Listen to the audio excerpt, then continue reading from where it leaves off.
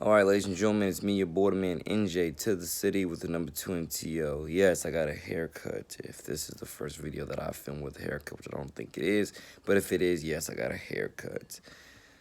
Feels good, feels refreshing. Eventually I'm gonna, again, let it grow back out and just cut the sides of it off, because trust me, I definitely want to experiment with my hair and so on and so on. But it's gonna take time, gonna take a rhythm, gonna take a mojo for me to do it. Eventually that's what I'm gonna do. And eventually you'll see me with braids sometime in the, somewhere within the next. God knows how many years, but I think the next hairstyle I'm gonna go with once my hair grows back out, I'm just gonna, trim the sides off and let the, on top stay. But indeed, we'll see as time goes on, as my hair grows back, etc. So one of the top, there's a lot of things to talk about, ladies and gentlemen. One of the top things I'm going to talk about more specifically, definitely is Taysom Hill and the Saints. So Taysom Hill, as the I want to say, as the analyst just said that I was just watching on ESPN. He's 30 years old. I forgot that he was 30 years old. I know I'd heard that before. Yes, he's 30 years old. But again, you got to realize, I think after college, if I'm not mistaken, I think it was after college, if I'm not mistaken, if not before college, he went away on a mission trip for like 3-4 years, um, and so on, and that's why he came to the league so late. Um, and it's quite amazing because if he wasn't used, if the Saints hadn't picked him up and decided to use him as a offensive weapon, I don't think he would even be in the NFL, let alone people would know his name at all for the most part. But now he's again in the national spotlight, and his first game versus the Atlanta Falcons was pretty darn decent, and I know what I said in the last video about the experiment that they're doing with him that needs to end. But again, that was back when they were just using him as purely an offensive weapon to an extent. Now he's starting as a quarterback, and yeah, he looked pretty good out there. And I ain't gonna lie, I would love to see, because you guys probably have no idea who Tanner Mangum is.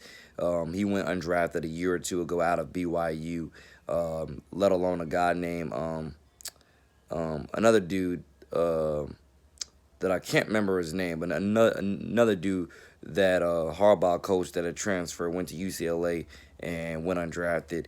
The 49ers decided not to keep him on the roster, and he's currently, again, not only currently a free agent, but at the same time, yeah, I would love to see. I just realized over the weekend, if Zach Wilson comes out into the draft this year, Zach Wilson and Taysom Hill have a chance to be two BYU quarterbacks in the league, let alone things starting at the same time.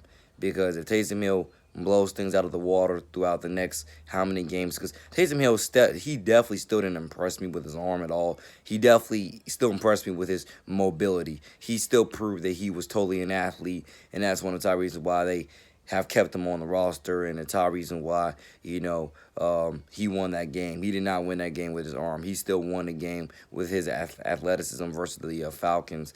And the Falcons still look exactly who we all thought they were, to where I'm sorry, they're going to have to draft a quarterback. Whether they draft one of their home state guys or they draft someone else, you got to draft somebody in this draft. Like with my Jacksonville Jaguars, this draft is too stock pile full of quarterbacks. You got to draft somebody. And Jaguars have key opportunities to draft Mac Jones, direct Jacksonville hometown product, Justin Fields, going high and in top two, and also Kyle Trask, who's lighting it up at Florida. People calling him the next Joe Burrow. So the Jaguars have those three golden opportunities to draft somebody this upcoming draft. Somebody, anybody, let alone a quarterback. But I just realized that this weekend, both Taysom Hill and Zach Wilson have the opportunity to be two BYU starting quarterbacks in the league at the same time, balling out. So I would not mind seeing Taysom Hill start more. I definitely would not mind Zach Wilson getting drafted high, and I wouldn't mind seeing two BYU quarterbacks drafted, or not drafted, but starting and playing exceptionally well at the same time. Again, open that door for more BYU quarterbacks to come in and hopefully, get their star power to shine in the in the big leagues. I would love that. Like I said, I'm a fan of many colleges. Just to let you know, I'm a fan of many colleges, but BYU is definitely one of the colleges I've definitely been a fan of over the past few years, and now I'm a bigger fan of them, knowing that one of my missionary friends went there. And so on. God bless her sister Reno. Knowing that she went there, I'm even a bigger fan of them now. So God bless the Mormons. God bless the Mormon missionaries. God bless all the authentic work that they do to bring the kingdom of Christ, closer and closer to earth and get people, healed and saved in Jesus' name, etc., etc. Love them and look forward to again doing as much hands-on work with them as I can for more community service as time goes on. Since I know quite a few, and I go to church with them here and there from time to time, etc. But let's get back into with the actual football here. Yeah. Taysom Hill started, and he did not blow me away with his arm. He blew me away with his athleticism again. As a starting quarterback, he definitely, for this one game versus the Falcons, he proved that athletically, I don't know if anybody else, saw what I saw, but he proved that he is definitely not only a mobile dual threat, but he's definitely a threat with his athleticism, and he definitely, I want to say has what it takes to, make some plays where you think that he wouldn't. I mean, dare I say he's like at this point, he's almost like what what's his name called? Because Urban Meyer said that Jalen Hurts was a quarterback who was built like a running back or built like a fullback, one of those two. Built like a fullback, if not built like a running back. Taysom Hill looks like he is a quarterback built like, I want to say built like a linebacker more so. I want to say built like a linebacker, if not a long sprinter or something, because he definitely doesn't look like he's afraid of much contact at all. But he doesn't look like he doesn't look like he's fully embracing it the same way that Jalen Hurts or a Tim Tebow will. He looks like he's trying to bump guys off of him and run past them at the same time. Versus guys like Jalen Hurts and Tim Tebow look like they were trying to just purely run through you, and or run over you. Taysom Hill looks like he's more so a long sprinter. He looks like he's trying to not only run past you, but he's also trying to just bounce guys off him at the same time. So Taysom Hill definitely looks like he has a future in the league. And right now, it depends on how the rest of the season goes. If he's for the games that he starts, because Taysom Hill definitely looks like he definitely has something to work with for the Saints right now, and Taysom Hill definitely looks like he definitely has he definitely is giving them something to work with, and he has a chance to be like Lamar Jackson when Lamar Jackson first showed up, in terms of nobody can figure you out. Nobody can stop you or figure you out for the first couple of seasons, so just run rampant. That's what I'm talking about. He has the potential to be like that. He has the potential to be like, no one can figure you out for the first couple of seasons, so you can just do anything and everything that you want. So take advantage of your window, young son, and do something great with it.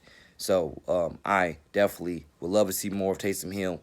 Because again, my criticism of him a couple weeks back, that was based upon how they were using him as a gadget guy. Now, for his first game as a full starter, he definitely looks like he has that opportunity to have a window where no one can figure him out, and he totally can hopefully make a noticeable impression on the Saints, where hopefully he can start for years to come. Let alone, I hope that him and Zach Wilson make history together, both starting in the NFL at the same time. I hope to God they make some history at that, two BYU quarterbacks starting in the league at the same time. I would love to see that. Open the door for more BYU quarterbacks to come through and just shine. Please do it. Absolutely, God. First one's not a shame on that. And other than that, like I said before, my Jaguars are as pitiful and pathetic as can be. They are literally one of the most laughing stocks of. They are like, they literally had one winning season in 10 years, if I'm not mistaken. One winning season in 10 years. And then they fell right back down to the bottom. The coaching staff, let alone the GM, has messed up Garner's tryout year, where Garner looks like he's still putting up reasonable numbers, but his team's not winning. So that's the problem. If you're putting up reasonable numbers, but your team's not winning, let alone you don't have a contract that entrenches you to be the starter for the next 2, 3 years, then that's why people are, looking at him like, is he gonna be there next year? Let alone he's gonna be starting next year, because he doesn't have the contract to say he's gonna be starting next year, even though his numbers are pretty decent, etc. The Jaguars ruined his tryout year. I'm so disappointed in my Jaguars, but leave it to the Jaguars to do that for you. Leave it to the Jaguars to be the disappointment to you. Leave it to them, because that's all they are. That's all that they do. They don't know how. The Jaguars do not know how to develop talent. They don't. It's very evident. They do not know how to develop talent at all, and that's why the Jaguars are in the hole that they're in. They do not know how to develop talent at all. It's not fully the fact that you gave away all your talent that you had. It's the fact that you just don't know how to develop talent once you get it back into once you reload with more into the doors, you don't know how to develop them at all. But indeed, they got rid of all of their playmakers, and they ruined Garner's year. That's what I mean when I say the supposed youth movement the Jags were touted to be on this year. I knew it was a sham from the jump. I knew it was. And, ladies and gentlemen, it was a sham to where if you look at the underlying details, it's like indoctrination, negative indoctrination. It's like whoever doesn't agree with this youth movement, even though you see that it's led you to tanking, we're going to get rid of you. And if not that, it's like saying, let's go with a youth movement so we can have a bunch of guys that we can control, rather than established vets that actually know what's going on and will actually call us out on our play calling and everything else. It's easier to control a bunch of young guys who are trying to make it in the league versus it is for a few established vets who know what they're doing and are credentialed and have the credentials to call you out. That's why I say if you look at the fine line within how the Jaguars built this team, the Jaguars set Garner up for failure, and they know it. Oh, and then have the guts to blame it on him that you only won one game this season. When Garner has kept you in most of these games, from what I've checked the stat lines and or watched, really actually that and watched the highlights, he's kept you in most of these games because your defense is abysmal, can't stop anybody, and can't even guard wind.